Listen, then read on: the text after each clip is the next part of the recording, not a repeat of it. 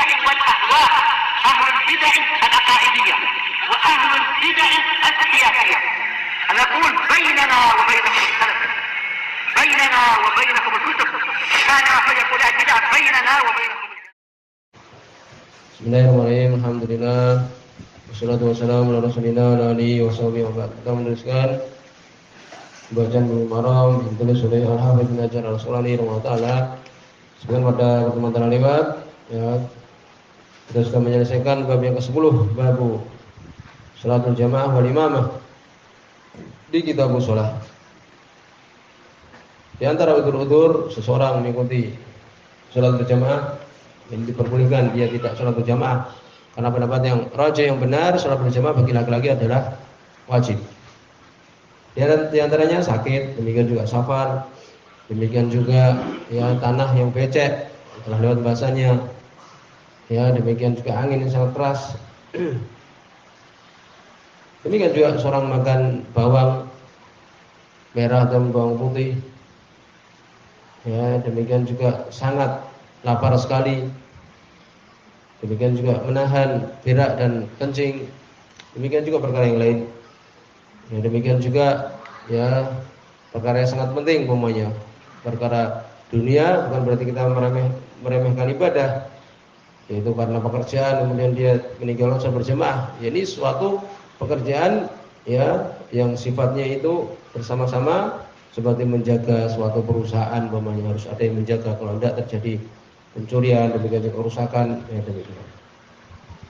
Dan itu kan berarti karena bekerja seorang meninggalkan salat berjamaah, tidak. Tetap dia harus menjaga salat berjamaah. Kemudian berikutnya kita masuk ya di bab yang ke-11 di Kitabus Shalah, bab Sholatil Musafir wal Marid, bab salat orang yang safar. Fa'ilun, ini isim fa'il, fa'alai fa'ilun. Fa'ilun, orang yang safar. Wal Marid, dan orang yang sakit. Dikumpulkan oleh Ibnu Hajar di sini rahimahullah taala, salat orang yang safar dan orang yang sakit ya menunjukkan di situ ada kekhususan bagi mereka. Kekhususan bagi mereka, keringanan dari Allah Subhanahu wa taala bagi mereka. Adapun jarak safar sendiri jadi perselisihan. Dikatakan dia itu safar bagaimana, panjang lebar pembahasan hal ini ya. Dalam kesimpulannya adalah kembali kepada uruf, kebiasaan. Sebagaimana disebutkan oleh Syaikhul Islam Ibnu Taimiyah rahimahullah.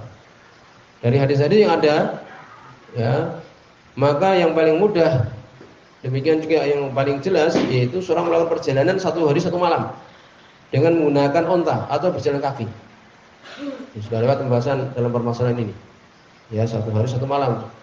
Kita mau pergi ya dari sini mungkin ke Kendal atau Boja itu mungkin seperti itu.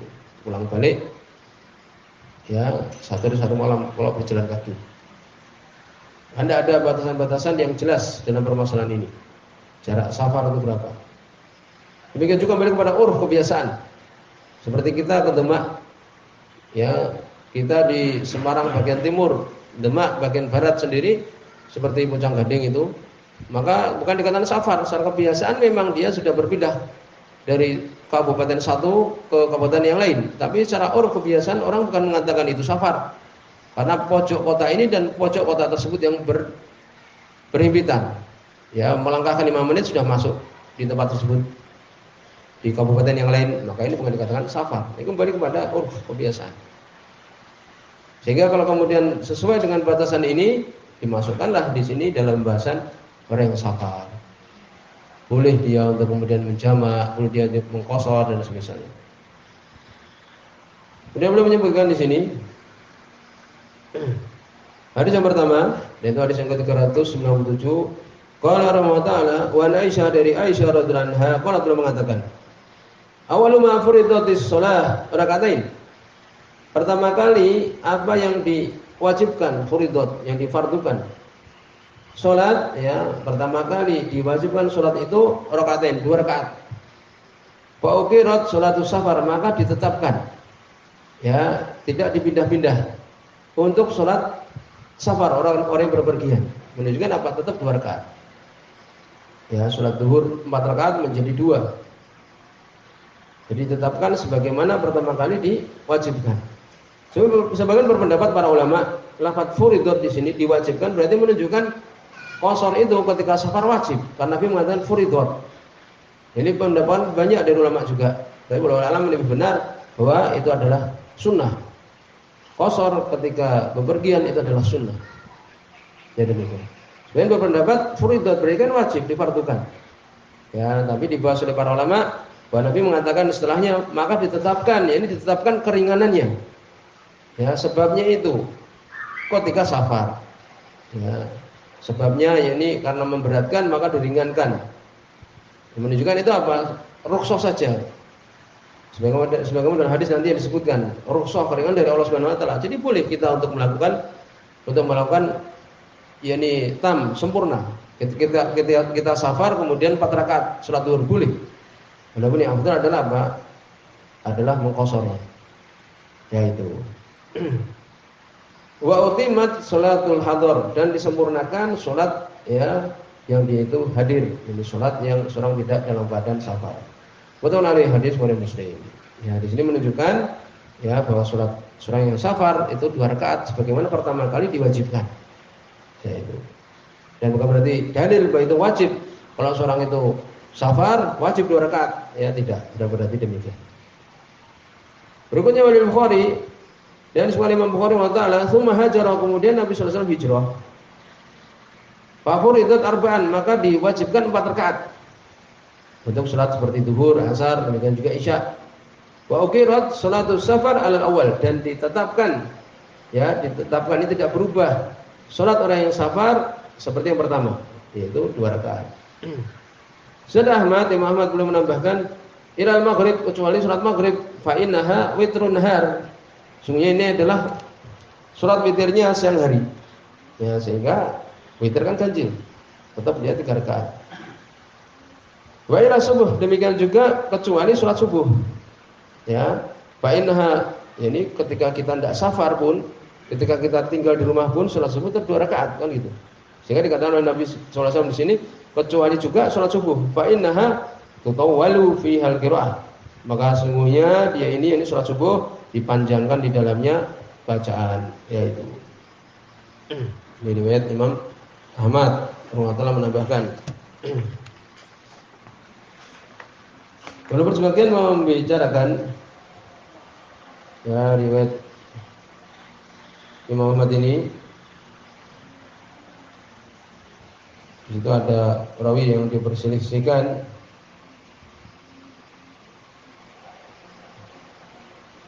bahwa sungguhnya Syafi'i tidak mendengar dari Aisyah radhiyallahu anha. Bahkan para ulama, tapi sebagian ulama menetapkan bahwa Syafi'i mendengar dari Aisyah, maka sahih di sini. Ya, demikian. Kemudian berikutnya ini hadis yang kedua. Wa Aisyah dari Aisyah radhiyallahu anha. Inilah hadis juga dibicarakan oleh para ulama.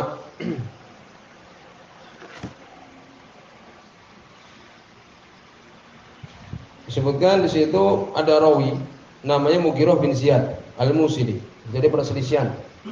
Ya, yang benar dalam dia memang soduk hasan hadisnya, tapi dia mempunyai kemungkaran-kemungkaran ini di antara kemungkaran dia.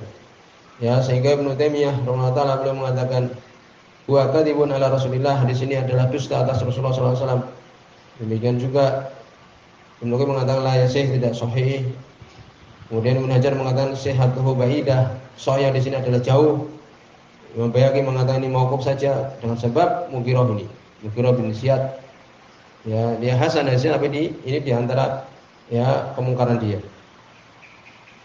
Yang disebutkan dia mengatakan ya, yang disebutkan di sini an Aisyah dari Aisyah radhiyallahu anha, dhaif ya di sini ya, mungkar. Nabi sallallahu alaihi wasallam kana yaksuru fi surah. Adalah Rasulullah SAW beliau mengqasar ya fi safar. Yaksuru fi safar, beliau mengqasar ketika safar. Ketika bepergian belum safar. Wa yutimu juga menyempurnakan. Kalau ini saya di sini sahih menjadi apa? Menjadi hukum apa? Bahwa salat ya bepergian itu boleh untuk qasar, demikian juga apa? Sempurna, kan itu. Tapi tadi sudah kita sebutkan di sini dhaif.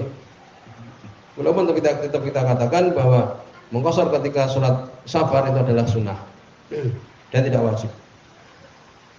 Ya Nabi SAW beliau mengqashar ketika safar dan menyempurnakan. Wa yasum dan beliau pun juga berpuasa, wa yuftir dan juga berbuka.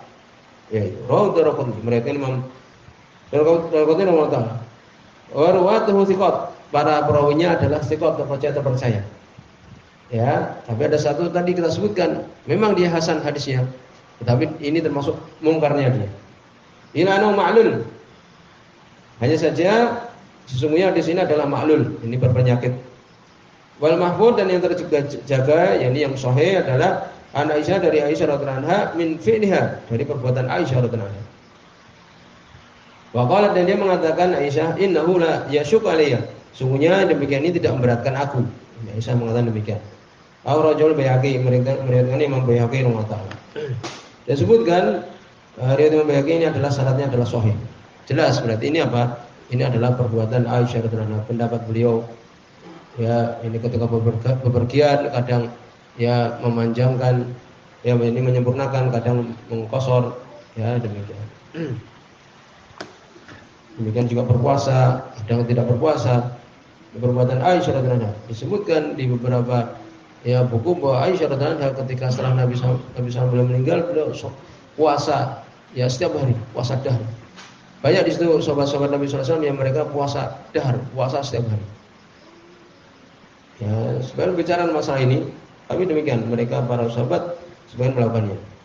Walaupun disebutkan Aisyah radhiyallahu anha ini ketika Nabi masih hidup, beliau tidak mengqadha puasa Ramadan kecuali di bulan Sya'ban, kecuali sudah mepet ketika mau Ramadan lagi. Karena apa? Untuk benar-benar ya melayani Nabi sallallahu alaihi wasallam. Demikian disebutkan. Maka di sini disebutkan dari ucapan Aisyah radhiyallahu anha tadi. Dan berikutnya hadis yang ketiga, wa Ibnu Umar dan sahabat Abdullah bin Umar radhiyallahu anhu, qala beliau mengatakan, qala Rasulullah berkata Rasulullah sallallahu alaihi wasallam. Ya di sini sahih insyaallah. Ini menunjukkan dalil juga kita katakan bahwa mengqashar ketika safar itu sunnah saja, bukan sampai wajib. Dibicara memang di situ ada rawi yang diperbincangkan, Harb bin Qais, ya.